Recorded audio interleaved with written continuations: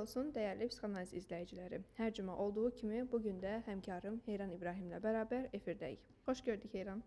Xoş gördük dəyərli izləyicilər. Zəhra, xoş gördük səni. Bugün də bir vakamız var. 38 yaşı var xanımın. Evlidir, 2 uşağı var. Bir uşağının 6 yaşı, bir uşağının 3 yaşı var. Müraciət səbəbi isə cinsi istəksizlik və ərinin xəyanət edəcəyindən qorxudur. Xanım deyir ki, mənim cinsi istəyim yoxdur. Amma qorxuram ki, bu belə davam edərsə, yoldaşım mənə xəyanət edər. Və burada bizim müzakirə edəcəyimiz əsas mövzu isə onun dediyi bir cümlə diqqətimi çəkdi. Mən normal qadın deyiləmmi cümləsi. Ərim məni gözləyə bilməz, ailəmi itirmək istəmirəm. Hər hansısa bir istəksizliyə görə ailəmi başçısız qoymaq istəmirəm. Bu kimi cümlələr diqqətimi çox çəkdi və bunun şuuraltı olaraq qaynaqları nələrdir? Eyni zamanda uşaqlıq dövrünün hansı travması var ki, bugün 38 yaşlı xanım cinsi istəksizliyini deyil də daha çox ərinin ona xəyanət edəcəyindən qorxur. Diqqət etsək, zaten cümlələr içərisində hər şeyi xanım öz dili ilə bizə ötürmüş olur. Yəni buradakı qadın obyekt olaraq artıq belə deyək, subyekt olaraq qadın yoxa çıxır, yerində bir ana qalır. Yəni funksional olaraq burada görsənən tərəf əslində simptom olaraq libidonu göstərir ki, yəni cinsi istək, seksual enerji. Yəni qadın seksual enerjisi, cinsi istək, libidinal enerji olaraq qadın obrazı yoxa çıxıb, yerində isə kim qalıb? Kimlik olaraq, burada bir kimlik parçalanması gedir. Yerində isə bir ana obrazı qalıb. Yəni əslində bu o deməkdir ki, xanımın şuuraltısında belə bir fikir formalaşıb. Mən artıq özümə aid deyiləm, övladlarıma aidəm. Yəni qadın olaraq, xanım olaraq özümə aid deyiləm, öz övladlarımdan ibarətəm. Məsələnin kökündə də budur. Yəni əgər bir insan sevərək ailə qurub, öz yoldaşı ilə xoşbəxt bir həyat keçirir, sürür və burada məsələ yəni ondan 2 övlad dünyaya gətirməsidir. Çox gözəl, xoşbəxt bir düzdür. Baş verən bəzi hadisələr var ki, onun qadın kimliyinə təsir edir. Amma məsələ onun istəksizliyinin olmasının səbəbində, kök səbəbində hal-hazırda onun şuuraltısının ana obyektini götürməsidir. Ana olduğunu götürməsi. Yəni mən hal-hazırda sadəcə övladlarıma aidəm. Və belə olduğu halda da, yəni ailədir, normal bir haldır. Xanımın şuuraltısında belə bir qənaətə gəlir, öz özündə qənaətə gəlir ki, yəni mən artıq yoldaşımla bir cinsi münasibət yaşamıramsa, o mənə xəyanət edə bilər. Əsasən doğuşdan sonra yaranır cinsi istəksizlik. Çünki ana artıq uşağa çox bağlı olduğuna görə, o süd vermə ərəfəsində olduğuna görə belə deyək, ondan sonra artıq bir müddət yoldaşı ilə arasında o məsafə yaranmağa başlayır. Və cinsi istəksizliyi mənim diqqətimi çəkən əsas nüans o idi ki, yəni verilişin əvvəlində dedim, xanım cinsi istəksizliyi bir problem olaraq görmür. Yəni yoldaşının xəyanət edəcəyindən qorxur və belə düşünür ki, əgər mən aramızda cinsi münasibət olmarsa, kişi mənə xəyanət edər və bunu təkcə bu xanım deyil, bir çox xanımlar belə düşünürlər.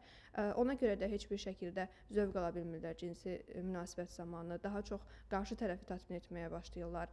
Kişi əgər xoşbəxt hiss edərsə özünü, qadın özünü xoşbəxt hiss edər və buna görə də qadın nə orqazm bilir, nədir, nə oradan zövq almaq bilir, nədir. Sadəcə olaraq cinsi münasibət xanımların əksəriyyətinin düşüncəsində bərabərdir yoldaşının xoşbəxt olmasına. Əslində burada belə bir məsələ var. Yəni libido qadın kimliyi ilə bağlıdır, bayaq dediyim kimi. Yəni qadın obrazı var, ana obrazı. Biz hər zaman uşaq vaxtından nə eşitmişik? Ana müqəddəs varlıqdır. Ana bəşəriyyətin, yəni belə deyək, yaranmasında vacib olan, ana tərbiyə edici, ana qoruyucu, ana bir simvoldur, yəni bir günəş simvoldur. Yəni biz ananı hər zaman belə ilahiləşdirmişik. Amma qadın deyəndə nə nəzərdə tutulur? Hardasa cinsi istək, cinsi münasibət, belə deyək də, qadın kimliyi dedikdə orada bir libidinal enerji dayanır. Bax, məsələnin də kökündə elə bu dayanır ki, bu ikili parçalanma, biri digərindən parçalanır. Və xanımın öz yoldaşı tərəfindən xəyanətə uğraması onu qorxudur. Əslində şuuraltı şəkildə, yəni şuurlu şəkildə bunu deyir, dilə gətirir, amma şuuraltı şəkildə də bir başqa problem gedir ki, yəni əslində özü də bilir ki, o cinsi istəksizlik var. Çünki cinsi istəksizlik, ana obrazında bir cinsi istəksizlik olacaq, amma qadın dedikdə təbii ki də orada bir libido üzə çıxacaq, bir seksual enerji üzə çıxacaq. Əgər cinsi istəyi çox olan bir xanım, mənim cinsi istəyim çoxdur deyərsə, bu cəmiyyətdə o qədər də yaxşı qarşılanmır. Eyni zamanda yoldaşı da bunu yaxşı qarşılamır. Çünki cəmiyyətimizdə iki yerə bölünür qadın obrazı: əxlaqlı qadın obrazı, əxlaqsız qadın obrazı. Və buna görə də çox qadınlar duyğularını bastırırlar. Münasibətdə o istədiyi kimi yaşaya bilmirlər, relaks ola bilmirlər, istəklərini deyə bilmirlər. Sadəcə bir, belə deyək də, yoldaşının istəklərini yerinə yetirən bir xanım obrazında olurlar və elə bilirlər ki, bu belə normaldır. Və daha sonra isə xəyanət olduğu zaman gəlib sual verirlər ki, Zəhra xanım, Heyran xanım, niyə bu xəyanət oldu? Məndən istəsəydi, mən çox şey edərdim kimi cümlələrdən istifadə olunur və yaxud da ki, açıq mənimlə danışsaydı, mən bilərdim ki, onun istəyi nədir, amma gedir mənimlə yaşamadığı bir cinsi münasibəti öz sevgilisi ilə yaşayır. Və burada isə bizim boşluğumuz nədir bir qadın olaraq? Birinci növbədə anamız, atamız bizə nə öyrədir? Ərə uyğunlaşmalısan, onun dediyi sözdən çıxmamalısan, əxlaqlı olmalısan, oturuş-duruşunu bilməlisən. Və buna görə də qadın daima sıxılmağı seçir. Və biraz da seçmir, ona məcbur qalır. Evdə də sıxılır, öz ata evində də sıxılır. Gəlir, ər evində də sıxılmağa başlayır. Özü kimi ola bilmir, özü kimi olarsa qınaq obyektinə çevrilər. Və ona görə də ən yaxşısı duyğumu bastırıb özüm normal bir həyatımı yaşayım demək istəyir xanım. Amma burada təəssüf ki, qorxduğunu da yaşamış olur. Əslində burada şuuraltı gedən sxemlər var. Qadınlıq, fədakarlıq, seks istəyini bir vəzifə, öhdəlik olaraq görür. Öz istəyi isə burada bir eqoizm. Deməli, burada belə çıxır ki, yəni qadın hər zaman öz istəklərini bastırır. Çünki üstdə olan ilk şuuraltısında gələn bir fədakarlıq var axı. Hər zaman fədakar olmalıyam, ailəmi seçməliyəm, övladlarımı seçməliyəm. Orada onun qadınlığı, xanımlığı arxa planda qalır. Və yaxşı da bilir ki, əgər öz vəzifə öhdəliyini, belə deyək, yerinə yetirməsə, nə baş verəcək? Ailə tərəfindən, ər tərəfindən deyək, bir xəyanətə uğrayacaq yəni. Çünki orada yəni oxuduqca, yəni xanımın yazdıqları arasında belə bir şeydə rast gəldim ki, yoldaşı ona deyir ki, sən artıq məni istəmirsən. Və bu artıq ona ötürülmüş bir mesajdır ki, yəni demək ki, yoldaşım bunu dilinə gətirib mənə deyirsə, bir gün mən artıq xəyanətlə də rastlaşmış olacağam. Bəzən də buna bəylər məncə yol verir. Çünki bir istəyini deyirsə, daha sonra cinsi münasibətdə nəyi yaşamaq istəyir, bunu dilə gətirirsə, çox vaxt yoldaş deyir ki, hardan öyrənmisən bunu? Və yaxud da ki, bu nə istəkdir, istəyirsən? Artıq ona əxlaqsız damğasını vurur. Və ona görə də xanım öyrəşmişik axı, biz uşaqlıqdan öyrədilib ki, kim nə deyər, ətrafdakı insanlar səndən razı qalsınlar, ətrafdakı insanlar sənin haqqında pis düşünməsinlər. Və buna görə də elə qadın deyir ki, onun gözündən düşməkdənsə, o obrazda olmaqdansa, duyğumu bastıraraq normal bir həyatımı yaşayaram düşüncəsində olur. Amma bu da təbii ki, səhvdir. Hara qədər sən öz duyğunu bastıracaqsan? Tamam da, cinsi münasibət çox yanlış algılanır. Daha çox da Azərbaycanda bu belədir. Cinsi münasibət bərabərdir kişiyə. Qadın kişiyə deyil də kişiyə bərabərdir. Niyə? Axı hər iki tərəf də burada öz istəyini dilə gətirməlidir. Hər iki tərəf də o harmoniyada olmalıdır. Hər iki tərəf də o orqazm nədir, onu bilməlidir. Və burada necə ki, biz uşaq dünyaya gətirəndə hər iki tərəfin də bir məhsulu olur, açıq danışsaq. Eyni şəkildə də sən burada nə qədər kişini daha çox təmin edəcəksən, nə qədər kişi yaxşı olsun deyə fədakarlıq edəcəksən. Zaten biz fədakar olmağı uşaqlıqdan öyrənməmişik. Anamıza, atamıza görə fədakar olmaq, övladlarımız dünyaya görə ona görə fədakar oluruq. Tamam, mən bu həyatı xanımın qorxusu da elə o fədakarlıq, o bəlkə də o içindən də gəlmir. Əslində şuuraltısına elə oturtdurulub. Bəli, yəni nə vaxta qədər mən fədakar olaraq yaşayacağam həyatımı? 38 yaşına qədər gəlib çatıb və indiyə qədər bir anısı belə, özü üçün yaşadığı bir anı belə yoxdur. Eynilə. Burada artıq onun belə bir qorxusu da üzə çıxır, tərk edilmək. Axı biz hər zaman tərk edilməkdən qorxan bir toplumuq. Fikir versək, yəni çünki bizə o qədər şərti sevilməyi öyrədiblər ki, bayaq dediyim kimi, həmin o sxemin içərisinə nəzər yetirsək, görəcəyik ki, seksi orada vəzifə öhdəliyi olaraq seçibdi də. Onun üçün də o vəzifə öhdəliyini doğru şəkildə yerinə yetir, sanki bir missiyadır. Yerinə yetirə bilməsəm, məni tərk edib gedəcək.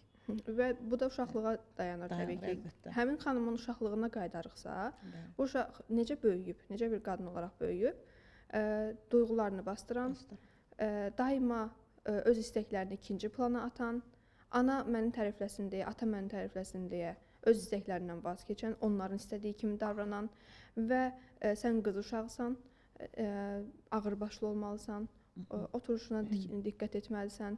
Bu kimi cümlələrdən istifadə olunub və sanki kiməsə sığınmağa öyrədib valideyn ona. Və həmin xanım o qədər sığınmağa öyrəşir ki, bir gün o sığınacağı dal olmarsa, ondan qorxur.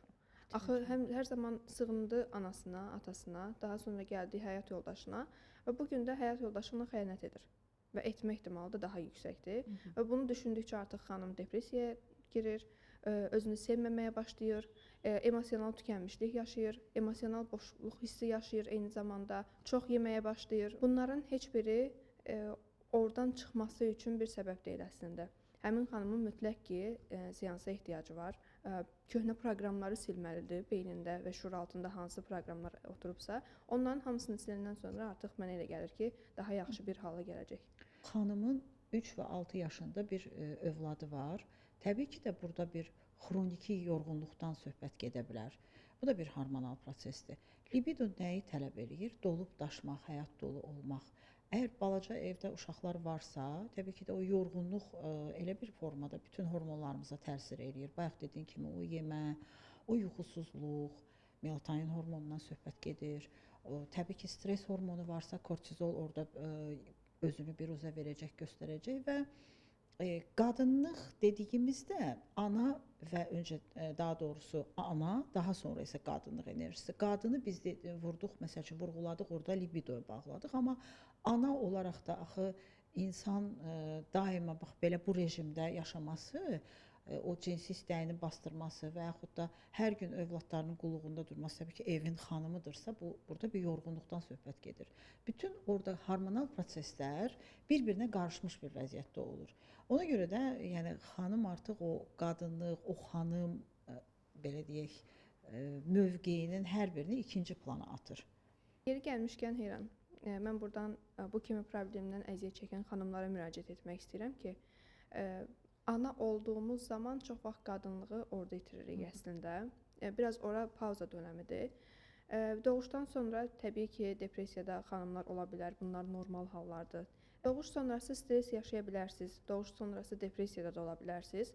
Bundan tez bir şəkildə çıxmağa səy göstərməyin. Əslində bizim duyğularımızı bastırmağımızdan irəli gəlir bura. Əgər sizin yoldaşınız zaten xəyanət edəcəksə, edəcək.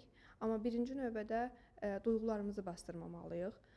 Bu 6 aylıq və 9 aylıq bir period ki var. Həmin bu periodu biz necə yaşamaq istəyiriksə və daxildən bir səs bizə zaten o hissi deyir, o hissi yaşamalıyıq. Və daha sonra isə ana olduğumuz zaman birinci növbədə yoldaşı unutmamalıyıq. Yəni artıq mən anayam, yoldaşım mənə hər zaman yanında olmalıdır, dəstək olmalıdır. Bəli, normal ailələrdə bu belədir. Amma müddəti uzanarsa, təbii ki, xəyanətlər də başlaya bilər. Yəni biz bəzən qorxularımız xəyanəti 9 ay sonra edəcəkdirsə, onu 3 aya endirir. Yəni daha tezləşdirməyə başlayır. Və bunun üçün də xanımlarımıza məsləhətim, tamam, ana oldunuz, ana duyğusunu doya-doya yaşayın. Amma bunu uzun müddətli hala gətirən sizsiniz. Yəni gün ərzində uşağın üstündə əsən, daha çox birinci övladlarda bu belə olur. Uşağın üstündə əsən, yatdımı, yatmadımı, yedimi, yemədimi, artıq nə özünə vaxt ayıra bilir, nə yoldaşına vaxt ayıra bilir. Əslində biz istəyəriksə, biraz da olsa vaxt ayıra bilərik. Ən azından cinsi istəksizlik yaşayırsınızsa belə, oturun, söhbət edin, bir-birinizə zaman ayırın. Uşaq yatandan sonra yoldaşınızla gününüzün necə keçdiyini danışın, bölüşün, necə hiss etdiyini bölüşün. Ən azından o emosional boşluğu belə yaşamasın bəy. Və açıq şəkildə duyğularınızı ifadə edin. Mən nəyə görə istəmirəm? Nəyə görə cinsi münasibətin olmasını istəmirəm? Niyə görə hazır deyiləm? Bunu artıq bildirdiyiniz zaman, qarşı tərəfə açıq şəkildə danışa bildiyiniz zaman, qarşı tərəf də sizi başa düşəcək. Çünki sizin canınızdan bir can dünyaya gəlib. Təbii ki, belə hiss etməyiniz normaldır. Çox zaman gənc analar elə tövsiyəmiz buradan həmin o xanımlaradır. Bilgisizlikdənmi deyək, daha çox maariflənə bilmirlər. Bir də bir klassik Azərbaycan xanımı var. Biz hər zaman bunu bir ənənə şəklində davam elətdiririk. Bilmədən, istəmədən, xəbərsizcə, yəni həyat yoldaşının yanında uşağa süd verir, misal üçün. Bu özü belə psixoloqlar tərəfindən çox vaxt qəbul olunmur. Yəni nəyə görə? Çünki artıq orada bəy səni, yoldaşın əgər səni o formada görürsə, süd verər ki, artıq orada səni bir qadın obrazında görə bilmir. Onun şuuraltısında artıq sən bir anasan, klassik bir ana. Və təbii ki də anaya yaxınlaşmaq biraz onun özü üçün də çox çətin olacaq. Yəni bu kimi nüanslara da biz hər zaman diqqətli olsaq daha yaxşı olar deyə düşünürəm. Və anaların etdiyi səhvlərdən biri də uşağın yanında yatmasıdır. 40-ı çıxır, 3 ayına, 6 ayına qədər uşaq ana ilə atanın ortasında yatır. Hətta deyərdim, Eyni çox böyük yatağı yaşda, paylaşır. 3 yaşda, 5 yaşda uşaqda belə olur. Təbii ki, burada sən artıq birinci növbədə qadınlığını ortaya çıxara bilmərsən. Çünki sən o pozisiyada bir anasan və hər zaman mənim pasiyentlərimə də məsləhətim bu olur ki, birinci növbədə sənin yataq otağın sənin sehr otağındır. Yəni ora heç bir şəkildə heç bir duyğunu, qadınlıq duyğusundan başqa heç bir duyğunu ora daşımaq olmaz. Küsmək, incimək, dalaşmaq və yaxud da ana obrazını ora daşımaq, ora sənin hər kəsdən qaçıb başqa bir dünyan olur. Yəni bu zaman artıq biz enerjimizi qoruya bilərik. Heç bir şəkildə övladınız 40-lı olsa belə, sizə ehtiyacı olsa belə, gün ərzində, axşamlar tez-tez ona baş çəkməli olsaz belə yanınızda yatmamalıdır. Özünüzün komforunu düşünürsüz, amma qadınlıq tərəfinizi düşünmürsüz. Və bu təbii ki, uşaqlara da pis təsir edir. Bunu biz çox danışmışıq bu mövzuda. Ora girməyəcəm, amma uşağa təsir etdiyi kimi sizə də təsir göstərir. Əgər yoldaşınızın gözündə həm ana, həm cazibədar bir qadın olaraq görünmək istəyirsinizsə, bu kimi nüanslara diqqət etməlisiniz. Qadınlıq bəzən komfortdan çıxmaq deməkdir. Hətta diktabanda gəzən xanımlar belə bəzən olur ki, özünü çox diskomfort hiss edir, amma buna baxmayaraq o diktabanda yürüməyə davam edir. Eyni şəkildə də bizim həyatımızda bəzən belə olur. Həqiqətən doğrudur Zəhra. Yəni bugün bu vaka ilə bizə müraciət edən həmin o izləyicimizin çox illər öncəsi, məsələn, o indiki problemlə bizə müraciət edib, amma biz onun çox illər öncəsi uşaq vaxtı nə bilir ki, öz valideynlər arasında yatmayıb və yaxud da nə kimi valideynlərin münasibətindən bir özünə şuuraltısında bir çıxardıb. Yəni ailə içində ailə münasibəti modelini özü üçün necə götürdüyünü, kopyaladığını bilmirik. Hal-hazırda o bizə sadəcə bugünkü problemlə müraciət edib, biz o problemə uyğun olaraq psixoanaliz edirik, amma keçmişdəki onun ailəsində gördüklərini, çünki bilmirik, yəni o dərinlikdə bilmirik, oradan bizə bir mesaj ötürmədiyi üçün. Amma bugün tövsiyəmiz sadəcə olaraq bu vaka üzərindən bütün cəmiyyətə səslənməkdir ki, yəni dəyərli izləyicilər, hər zaman bu nüanslara çox diqqətli olun. Çünki çox zaman cinsi problemlərlə müraciət edən insanlar çoxdur. Asıllıqlarla müraciət edən insanlar çoxdur. Cinsi asıllıqla müraciət edən insanlar çoxdur. Yəni biz bəzən bunu görməzdən gəlirik. Uşaqları 3 yaşda, 5 yaşda, 7 yaşda uşaqları gətirib aramızda yatızdırırıq. Amma təbii ki də qəti qadağandır. Yəni ana ilə atanın münasibətini görmək və yaxud da hansısa bir qohumun münasibətini kənardan izləmək, cinsi münasibətini izləmək bu uşaqların sonrakı həyatında çox ciddi problemlərə gətirib çıxara bilər. Şəxsən mənim özümün praktikamda bugün çoxlu sayda cinsi asılılıqdan əziyyət çəkən, asılılıqdan məhz əziyyət çəkən insanların, hansı ki gələn, müraciət edən danışanın müraciət səbəbində sadəcə olaraq narkotiklə simptom olaraq gəlir, qızdır və yaxud da oğlandır, amma keçmişə gedib dönüb baxanda onun 4 yaşda, 5 yaşda qohumunun cinsi münasibətini izlədiyini, anası ilə atasının cinsi münasibətindən aldığı psixoloji travmanın daha sonra isə onu gətirib narkotika çıxaran səbəblər olduğunu izləmişəm. Əslində Zəhra, çox qəribə bir hal var ki, bu gün biz cinsi tərbiyənin bir maarifləndirmə şəklində öz uşaqlarımıza izahını verə bilmirik. Amma gətirib onları öz yanımızda yatızdırmaqla onlara bir psixoloji travma yaşadırıq. Cinsi maarifləndirmə etmədiyimiz halda evin içərisində ər-arvadı öpür, misal üçün, və digər bunun kimi bir çox şeylər. Hansı ki, bu Avropada olsun, Amerikada olsun, xaricdə istənilən bir dövlətlərdə normal şəkildə cinsi tərbiyə anlayışı var. Hansı ki, biz heç məktəbdə, deyək ki, anatomiya dərsində heç normal şəkildə həmin o paraqraflar var ki, tutaq ki, Regal dönəmi var, cinsi münasibət dönəminə aid olan bəzi məsələlər olan anatomiya dərsində biz keçmişdən mən indi danışıram. Heç o paraqrafın üstündən keçirdik. Sadəcə deyirdilər ki, misal üçün, səhifə 37-də tutaq ki, gedin filan paraqrafı oxuyarsınız özünüz üçün evdə. İndi o müəllimləri də qınamıram. Ona görə ki, onlara da o formada ötürülüb. Ümumiyyətlə biz bugün də çoxdur təəssüf ki. Bugün də çoxdur və məsələ ondan ibarətdir ki, doğru şəkildə maarifləndirmə apara bilmirik. Doğru şəkildə cinsi maarifləndirmənin istiqamətini bilmirik. Amma heç olmasa bunu psixoloqların vasitəsilə ötürə bilərik. Amma həmin psixoloqlar Uşaqlara. gör necə cinsi münasibətdən danışanda, cinsi tərbiyədən danışanda valideynlər necə daş atır psixoloqlara. Necə tepki verirlər. Yəni biz öyrəşmişik heyran məncə üstü örtülü yaşamağa hər şeyi. Bəli. Yəni hər şeyi üstü örtülü başa salırıq, hər şeyi gizliliklə, o pərdə arxasında nələr baş verir bilmirik, o pərdə arxasında yaşayırıq. Və bunu gün üzünə çıxardan insanlar da olanda ona dəli kimi baxırıq ki, bu necə psixoloqdur ki, cinsi münasibətdən danışır, cinsi tərbiyədən danışır. Bəli, bu gün cəmiyyətdə cinsi münasibətdən, eyni zamanda cinsi tərbiyədən danışmalı olan şəxs varsa, o birinci növbədə psixoloqdur. Çünki övladınız bunu görməməlidir, bunun şahidi olmamalıdır. O duyğunu ona biz verməməliyik. Bu eyni zamanda iyrənmə duyğusu yaradır, özünə qarşı sevgisizlik yaradır, öz bədəninin iyrənmə hissini yaradır. Bədəninə toxuna bilmir, qadın olsun və yaxud da ki, bəy olsun, fərq etməz. Bəzən cinsi münasibət deyəndə qızların və yaxud da ki, bəylərin üzünə baxanda onun mimikalarından bilmək olur ki, nə düşünürlər onun haqqında. Və yaxud da valideynə mən deyəndə ki, cinsi tərbiyə vermək lazımdır, deyir, neyniyim? Qoyum qabağıma necə başa salım uşağa. Yəni biz onun belə yönünü, istiqamətini bilmirik hələ də cəmiyyət olaraq. Təbii ki də o barədə danışa bilməyəcək. Ona görə ki, özü axı o barədə heç maariflənməyibdir. Onun özünə də nəyisə başa salmayıblar. İnsan özü anlayışı olmadığı haqqında bir şey haqqında necə danışa bilər? Bizim elə örf adətlərimiz var ki, bugünkü gün heç üzə çıxılası deyil. Özün bilirsən ki, məsələn, toy günündə belə gəlinin yanına kimisə qoşub göndərirlər. Valideyn özü cinsi maarifləndirmə etmir, amma gəlindən qat-qat yaşca böyük olan bir şəxsi, arada pərdə var, hörmət, xətir var, qoşub gəlinə yola salır. O da nə başa salır, nə öyrədə biləcək, nə dərəcədə deyəcək.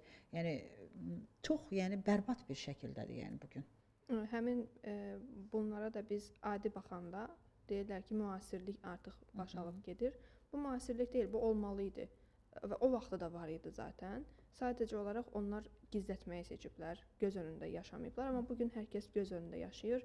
Bugün artıq hər kəs öz istəklərini də deyə bilir.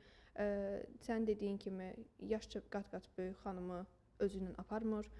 Artıq gəlinlərimizin əksəriyyəti yox deməyi bacarır. Və özünə güvən formalaşır və bu da təbii ki, psixoloqların sayəsindədir. Valideynlərdən olsa hələ də onlar bu örf adəti davam etdirərlər. Əgər bəy tərəfindən istəksizlik olursa, xanım hər zaman özündə belə bir fikir formalaşdırır ki, demək ki, məni sevmir, ona görə mənə yaxın gəlmir. Və yaxud da eyni ilə də yenə əks tərəfdə. Yəni mənə yaxın gəlmirsə, demək ki, məni sevmir.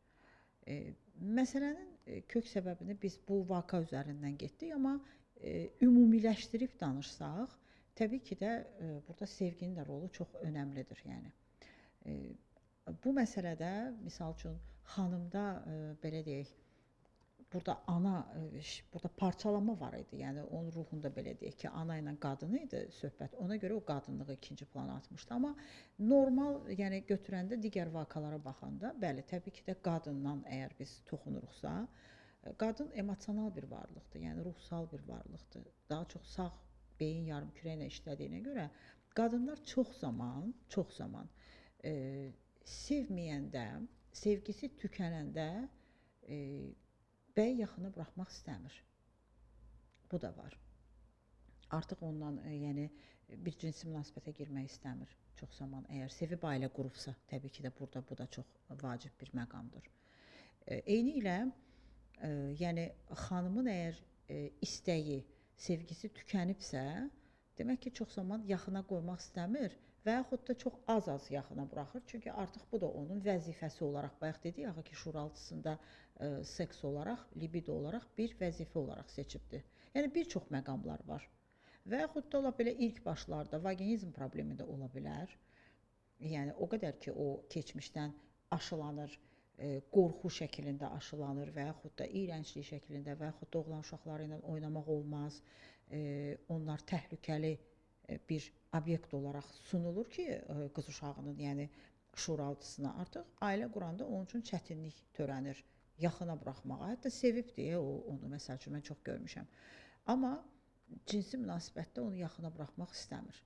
Burada bir çox faktorlar, səbəblər var. Onun üçün də yəni hər kəsə burada individual yanaşma lazımdır. Yəni Adler yanaşması mən hər zaman çox sevirəm. Yəni burada çünki individual yanaşma etdikdə həqiqətən də hər kəsin problemini baxıb üzə çıxartmaq olur. Və qayıdaq bu məsələdəki xanımın probleminə. Burada bir psixodinamik yanaşma, təbii ki də Adlerlə bir yanaşma etmək olardı və MDR texnikadan istifadə etməklə təbii ki də onun problemini çözmək olar. Məsələnin də digər tərəfində dayanır ki, özü müraciət etsə, özü istəsə. Ümidvaram ki, bu və bu kimi problemlərdən əziyyət çəkən xanımlar bizi izləyəcək və öz suallarına cavab tapacaqlar. Bir psixoanalizin daha sonuna gəldik. Növbəti verilişdə görüşərik.